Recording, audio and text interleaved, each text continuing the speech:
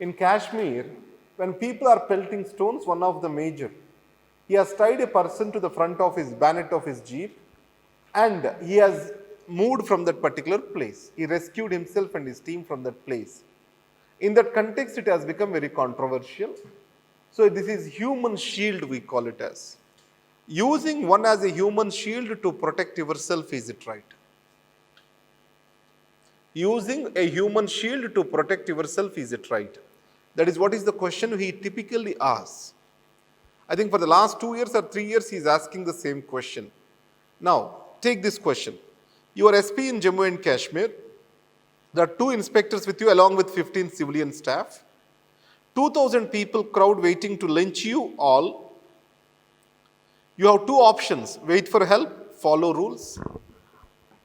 2, tie one local to jeep and go through the crowd. What would you do? I want you to take the answer for this question from Malakonde sir also. Right.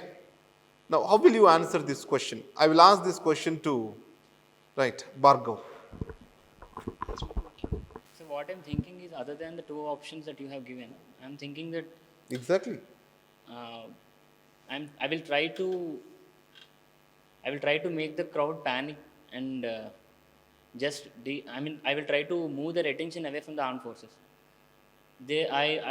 What I'm thinking is, it might be a fire shot in the air, or it might be some cry that someone is coming, or some sound from some of the officers, such as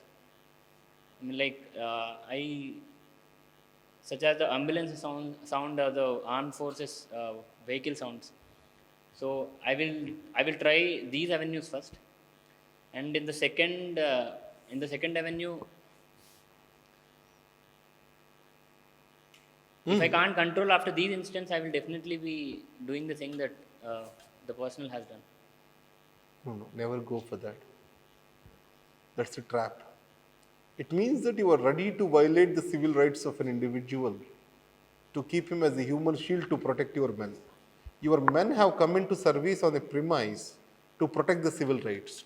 To protect themselves, they shall not take away the civil rights. That's a bad example. Sir, but what if armed forces are getting, if armed forces are got, But in spite of that, what is your job as your responsibility over there?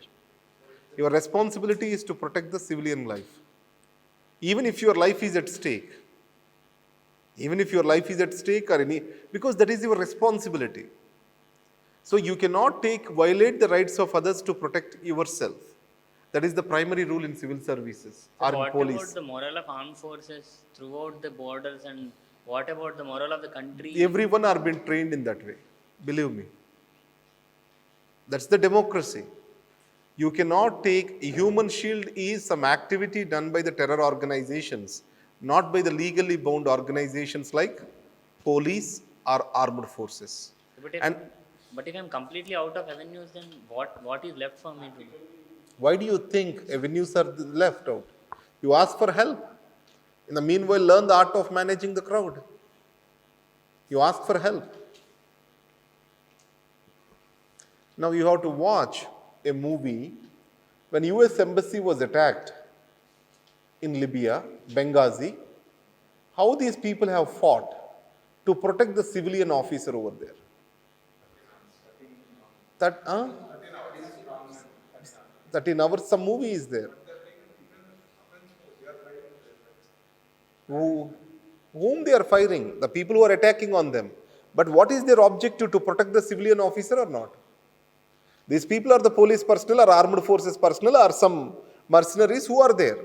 But to protect that particular 1 or 2 individuals, almost some 10 people have died, no?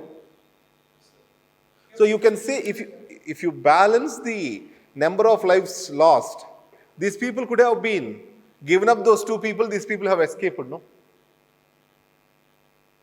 Because that particular very force, the force is ready to give up their lives if necessary to protect the citizens. That is what is the way they are being trained.